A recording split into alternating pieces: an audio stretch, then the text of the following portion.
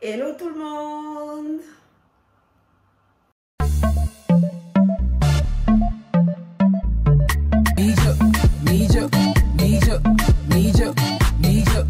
Les gars, c'est comment? Comment vous allez? S'il vous plaît, j'ai vraiment besoin que vous répondiez à cette question-là en commentaire. Parce que ça fait tellement longtemps qu'on ne s'est pas vu. Même moi, ça me fait vraiment bizarre de filmer. Parce que la dernière vidéo que j'ai postée là, c'était un vlog. Et ce vlog-là, il faut savoir qu'il date de juin. Ouais, juin, fin juin, début juillet, je crois. En tout cas, vous, j'espère que tout va bien. Moi, vraiment, ça va, je vais bien. C'est vrai que j'ai pas été là, mais bon, je vais essayer de vous expliquer un tout petit peu. En espérant que vous me compreniez et que vous me pardonnez. Aujourd'hui, on se retrouve pour un FAQ. Je me suis dit que vous posez certainement beaucoup de questions. Donc, j'ai décidé de demander sur Instagram. Si tu ne me suis pas, je pense que c'est le moment de me suivre sur mes autres réseaux sociaux. Instagram, c'est vrai que là-bas non plus, je suis plus très active, mais quand même, parfois, je suis là-bas. Je me suis dit que vous avez énormément de questions à me poser parce que vous posez beaucoup de questions. Donc, j'ai décidé de lancer un FAQ sur Instagram et j'ai recensé des questions. Vraiment les questions les plus pertinentes parce qu'il y avait plusieurs questions qui se répétaient. Donc, je vais m'évertuer à répondre très sincèrement, très honnêtement à vos questions. Vraiment. Parce qu'il faut que vous sachiez que la création de contenu, c'est vraiment pas de la blague en fait. Avant de commencer la vidéo, il faut que je vous annonce qu'elle est sponsorisée par Eunice Hair. Eunice Hair, c'est vraiment pas la première fois que je collabore avec eux. C'est une marque d'extension de cheveux, donc de perruques. Je sais qu'ils ont des tissages, etc. Ils ont des clippings. Vraiment, c'est une de mes marques favorites. En tout cas, en ce qui concerne les perruques. Et celle-là, c'est une glueless. Vraiment, donc vous verrez que... Je vais vous montrer, hein, je ne l'ai pas collée en fait, la perruque. Elle n'est pas du tout collée. C'est de la couleur, j'essaie de changer un petit peu. Mais j'ai un petit élément qui va vous permettre de tout comprendre. Regardez.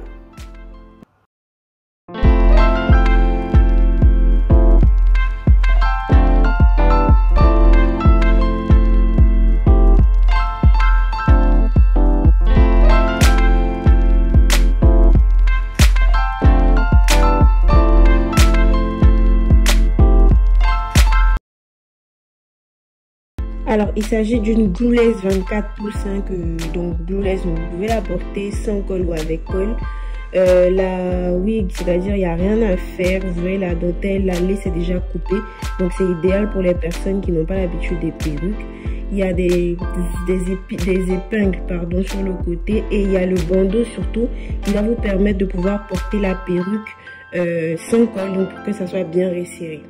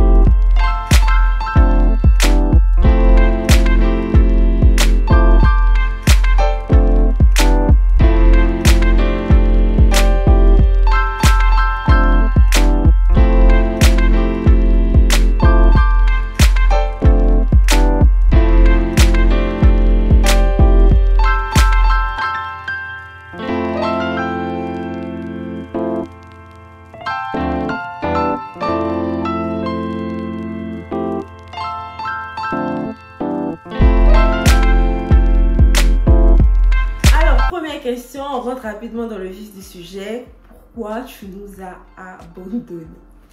Alors, ce qu'il faut que vous sachiez, c'est que je ne vous ai pas abandonné. C'est pas un abandon, c'est pas comme si je vous ai lâché, je reviendrai pas, etc. Non. Comme je vous avais dit, je crois en début d'année, quand j'avais vraiment recommencé à être un peu plus active, j'avais un objectif, donc meilleure youtubeuse d'Afrique francophone.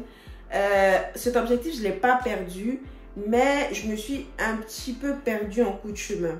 C'est-à-dire que j'avais l'impression, j'ai l'impression que c'est un petit peu redondant.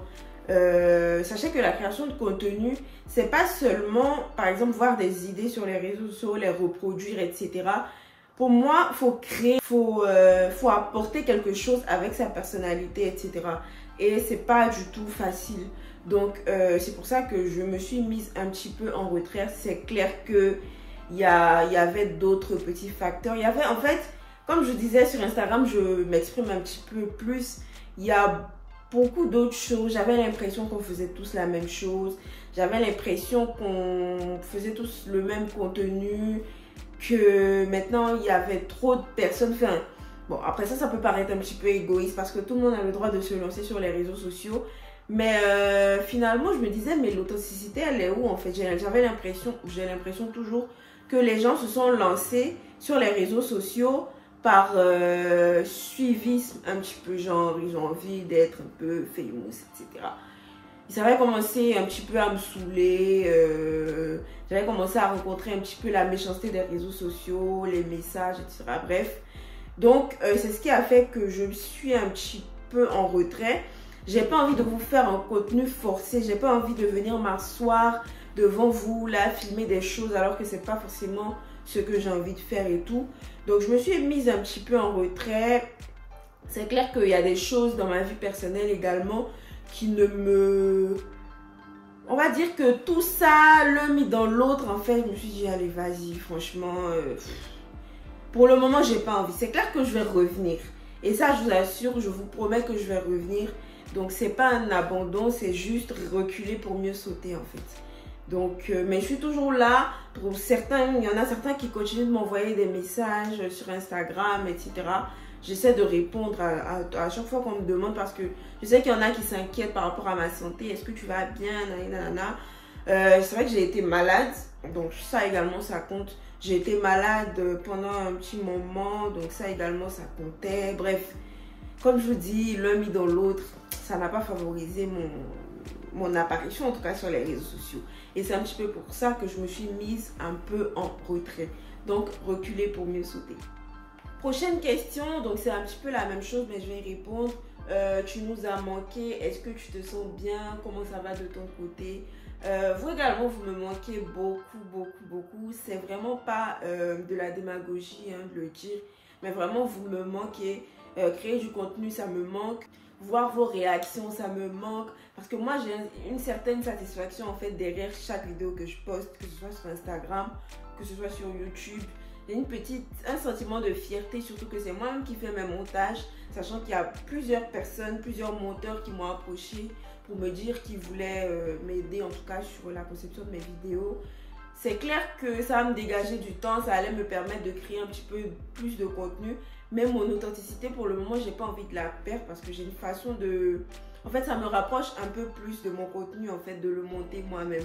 Donc, pour l'instant, je me suis dit, je vais me calmer, mais je sais que peut-être dans les mois ou dans les années à venir, quand j'aurai un peu plus d'idées pour vraiment créer beaucoup de contenu à la chaîne, je serai amenée à déléguer. Voilà. Donc, comme je reviens à ta question, ça va, je me sens bien, je vais bien. Ne vous inquiétez vraiment pas, c'est pas parce que je suis en dépression, non. Parce que j'ai besoin d'un petit peu de temps pour moi. Il faut savoir que depuis que j'ai commencé les réseaux sociaux, depuis que j'ai commencé YouTube, c'est vraiment la première fois que je ressens ce sentiment-là j'ai besoin de temps pour moi en fait. Genre c'est pour ça que ça a choqué beaucoup de personnes sur Instagram, même mes proches. Moi j'étais très réseaux sociaux, quasiment tous les jours j'avais des stories, etc. J'ai envie de me mettre un petit peu en retrait, d'avoir du temps pour moi, de penser à autre chose, de me détacher un petit peu des réseaux sociaux. de revenir un petit peu à la réalité en fait pour mieux apprécier ce que je fais sur les réseaux sociaux. Donc vous m'avez beaucoup manqué, vous me manquez beaucoup. Je ne dis pas qu'après cette vidéo je serai beaucoup plus régulière. Je n'ai pas envie de vous annoncer des choses, non, pas du tout. Mais à chaque fois que j'aurai quelque chose à vous dire, en tout cas, je vais placer ma caméra vraiment sans faux fuyant et puis je vais créer du contenu. Alors, la prochaine question, désolée si je regarde là, c'est parce que les questions sont sur mon ordinateur. Étudiant étranger en France, je viens de la Côte d'Ivoire et vraiment c'est difficile de comprendre les cours en France parce que j'ai l'impression que tout est fait pour les étudiants français. Je fais des recherches, tout ça, mais j'ai l'impression d'être en retard par rapport à eux. Et ma question c'est, est-ce que tu as eu le même sentiment au début? Alors, là tu me poses une petite colle, ça date de 2016, ouais. Quand je suis arrivée en France nouvellement, faut savoir que moi j'avais déjà une formation en sciences économiques et de gestion, donc j'étais spécialisée en gestion. Mais quand je suis arrivée, je ne me suis pas sentie dépaysée par rapport au cours.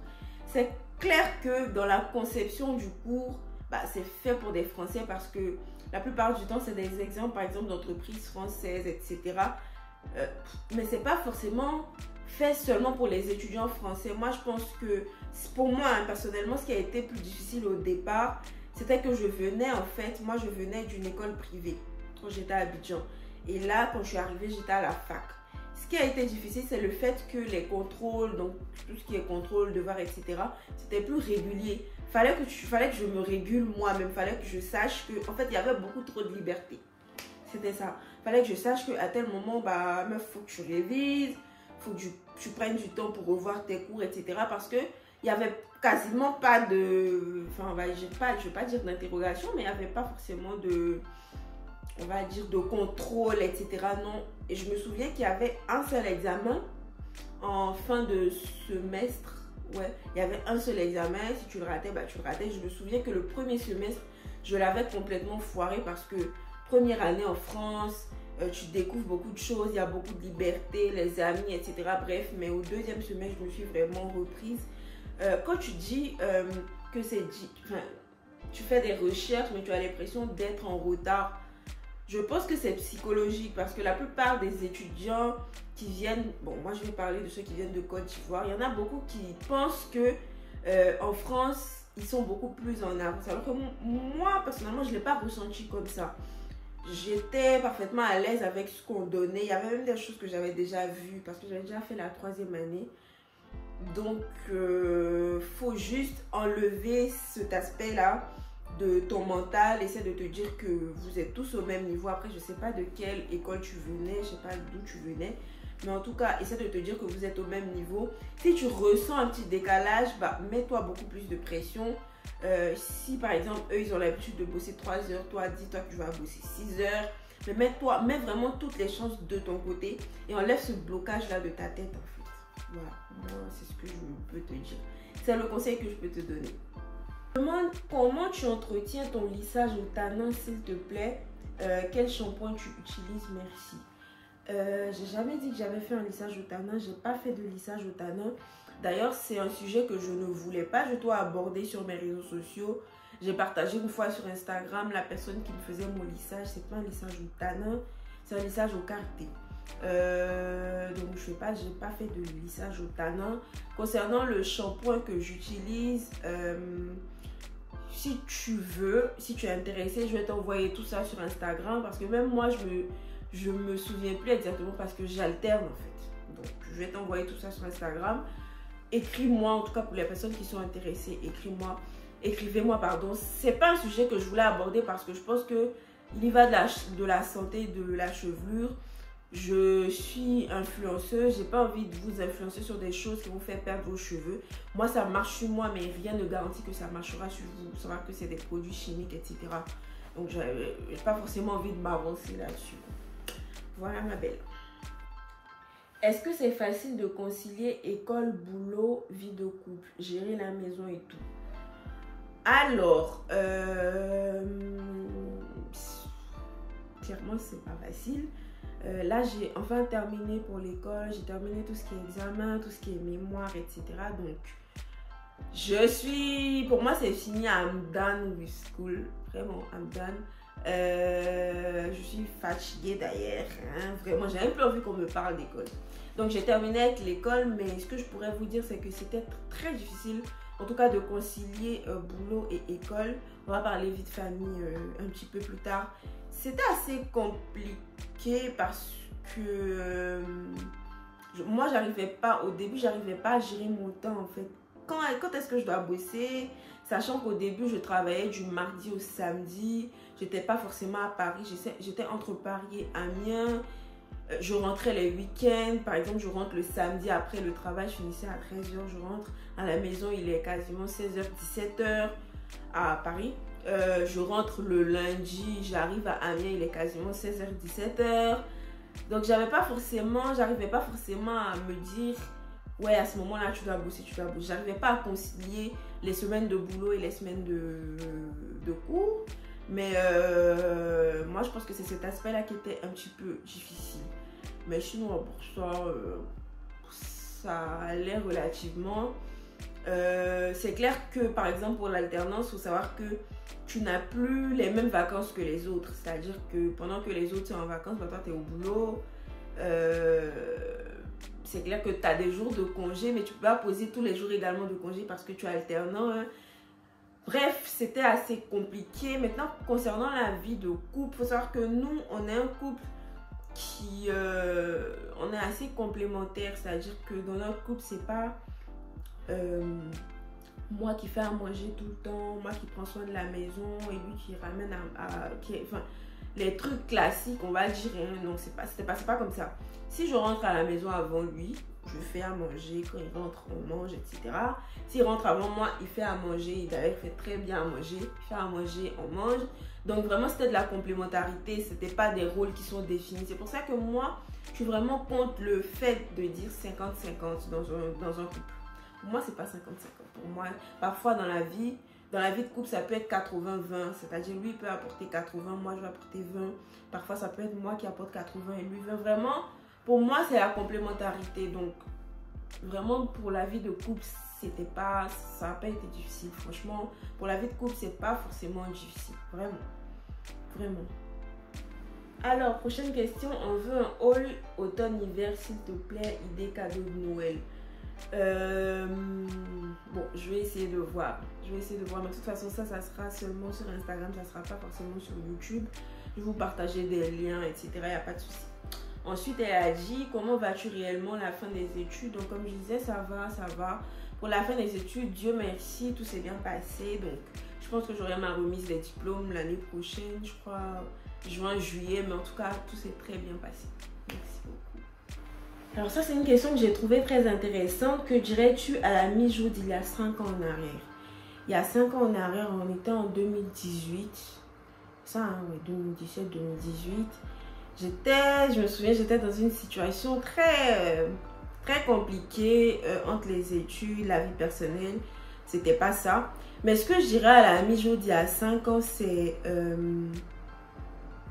faire réellement confiance à Dieu. C'est-à-dire que c'est pas parce que le processus est lent que la prophétie ne va pas s'accomplir. Vraiment, quand je regarde tout ce qui m'est arrivé dans ma vie, même cette année, que ce soit l'année dernière, etc. Tout ce qui m'est arrivé, c'est vraiment les réponses à toutes les prières que j'ai fait à Dieu. Mais vraiment, tout s'est enchaîné. Et vraiment, ce que je pourrais dire à la mi-jour d'il y a 5 ans, c'est ça, fais confiance. Fais-toi confiance également et continue sur la lancée. C'est-à-dire que tous les choix que j'ai fait, qu'ils aient été bons ou qu'ils aient été mauvais, ils ont eu des répercussions positives ou négatives dans ma vie, mais c'est vraiment ce qui a permis que je sois forgée, que je sois forte aujourd'hui. Et ouais, juste ça, fais-toi confiance et fais confiance à Dieu également. Prochaine question. Alors, coucou, peux-tu accepter l'infidélité dans le mariage?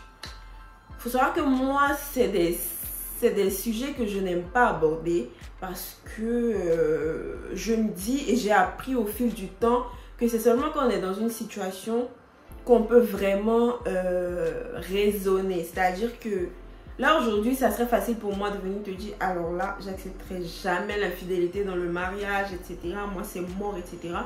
Ça se trouve demain, il y a quelque chose qui va arriver là, t'es vraiment face à la situation et tu n'auras pas la même réflexion que tu as eu quand tu n'étais pas face à la situation. Donc, c'est des sujets sur lesquels j'aime pas m'étaler, c'est des sujets que j'aime pas aborder. Je sais que j'ai mes convictions, je sais que lui connaît mes convictions également. Et puis, pour moi, il y a plein de paramètres à prendre en compte, etc. Quand on parle de mariage, en tout cas. Et voilà, donc je ne pourrais pas te dire oui ou non là maintenant, en fait. Alors, comment tu entretiens tes cheveux? Ils sont tellement beaux. En ce qui concerne mes cheveux, c'est comme je disais au début. C'est-à-dire qu'il y a beaucoup c'est naturel en fait, c'est la génétique. Je ne vais pas venir vous mentir, vous dire je mets ça, alors que c'est pas vrai en fait. C'est vrai que là, ça peut faire les 3-4 ans que je ne me suis pas défrisée. Mais comme je vous ai dit, j'ai un lissage. Donc, c'est pas comme si j'entretiens particulièrement mes cheveux. J'essaie de limiter les plaques. J'ai une brosse soufflante, donc c'est ce qui me permet d'entretenir le lissage au quotidien. Mais vraiment, je ne vais pas vous dire que j'ai une routine. C'est génétique en fait. Par rapport à mes cheveux, vraiment, c'est génétique. Comment établir le budget du mariage, surtout si le couple vit à l'étranger? Aussi, comment planifier son mariage efficacement et les tips. Comment établir le budget du mariage? Pour moi, il faut aller du plus important au moins important. Est-ce que si vous vivez à l'étranger, est-ce que si vous vivez ensemble ou pas, est-ce que vous avez un projet d'achat d'appartement ou de maison? Est-ce que vous avez des projets après le mariage? Est-ce que vous avez des projets immédiats? Quelle somme vous avez envie de mettre tout simplement dans votre mariage? Pour moi, c'est ça, il faut déposer ça. Est-ce que tu as envie de mettre, je sais pas, 50 000 € dans un mariage, sachant que tu es locataire, sachant que peut-être tu n'as pas de voiture, sachant que tu as un projet d'enfant immédiatement? La question reste posée. Vraiment, c'est à l'appréciation de chacun. Nous, je sais qu'on avait établi vraiment un budget. On s'était dit, on met ça, on met pas plus que ça parce que voilà. En plus, nous, après ça, on devait déménager. On savait qu'il y avait plein de dépenses après. Donc vraiment, chacun fait en fonction de ses moyens, de ce qu'il est prêt à mettre dans son mariage, tout simplement. Comment planifier son mariage efficacement? Je pense qu'il faut s'y prendre tôt. Après, ça dépend de si la demande en mariage arrive. Enfin, si vous avez commencé à parler mariage, que 3 mois après, vous voulez vous marier, c'est clair que le temps, il est court. Mais vraiment, un mariage, l'organisation d'un mariage, en tout cas, si vous voulez vous voulez des étapes et tout, ça prend énormément de temps. Donc, il ne faut pas attendre à la dernière minute. Moi, le conseil que j'aime donner, et c'est un conseil qu'une amie m'a donné quand je préparais mon mariage, elle m'a dit qu'il faut faire une liste de ce qui est plus important, ce qui est moins important pour toi.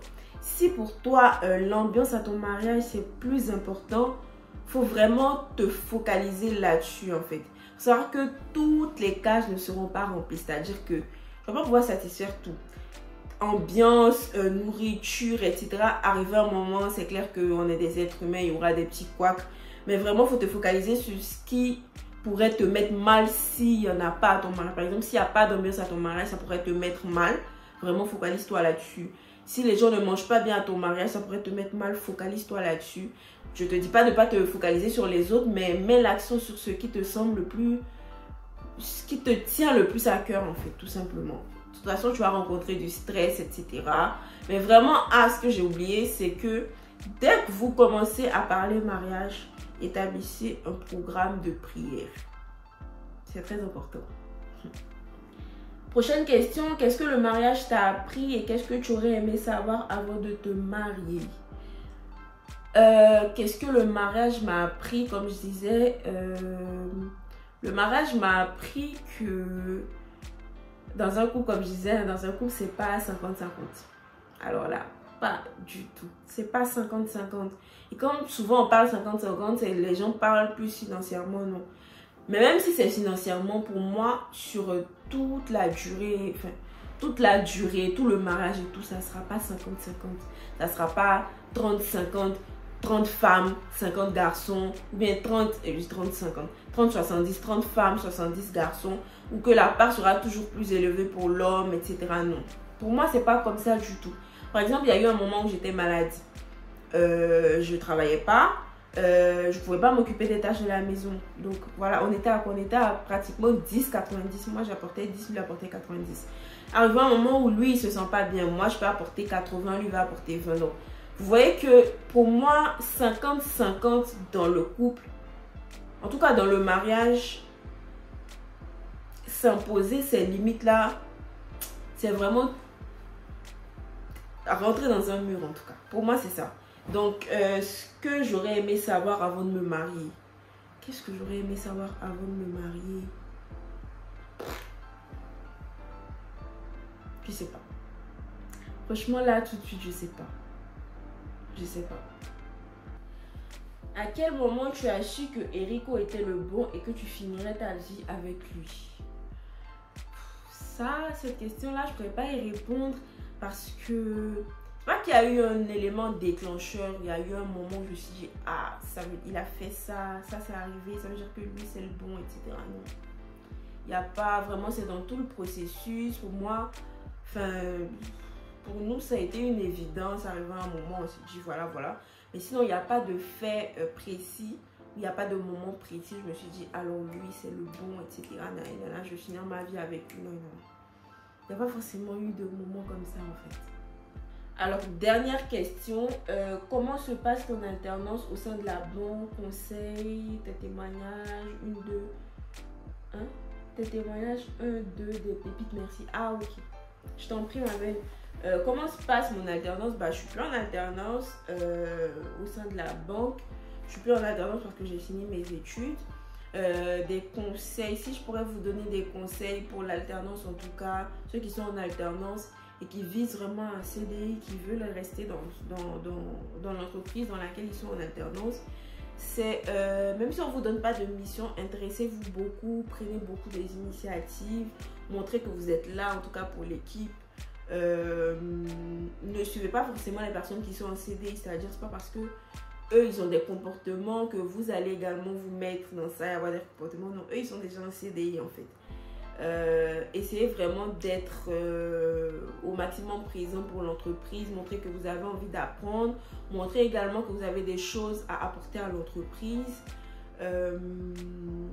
Voilà, pour moi c'est ça. Posez également beaucoup de questions, intéressez-vous beaucoup aux missions, etc. Même si ce n'est pas des choses qui vous sont destinées, mais intéressez-vous beaucoup aux missions, aux chiffres de l'entreprise, quels chiffres l'entreprise fait, etc. Pour moi, c'est la base en tout cas. Bon, c'est la fin de la vidéo. J'espère que vous avez kiffé me revoir un petit peu. Moi, vraiment, j'ai kiffé répondre à vos questions et filmer tout simplement. Donc, toutes les informations concernant la perruque sont en barre d'infos. Si vous avez des questions également, n'hésitez pas à me les poser en commentaire. S'il y a des choses que vous aurez aimé pouvoir poser, dites-le moi en commentaire, je vais vous répondre. Et puis voilà, donc on se retrouve pour la prochaine vidéo. Je ne vous dirai pas quand, j'ai pas envie d'annoncer des choses. Et puis voilà, donc portez-vous bien, que Dieu vous bénisse. Accrochez-vous vraiment à la parole de Dieu.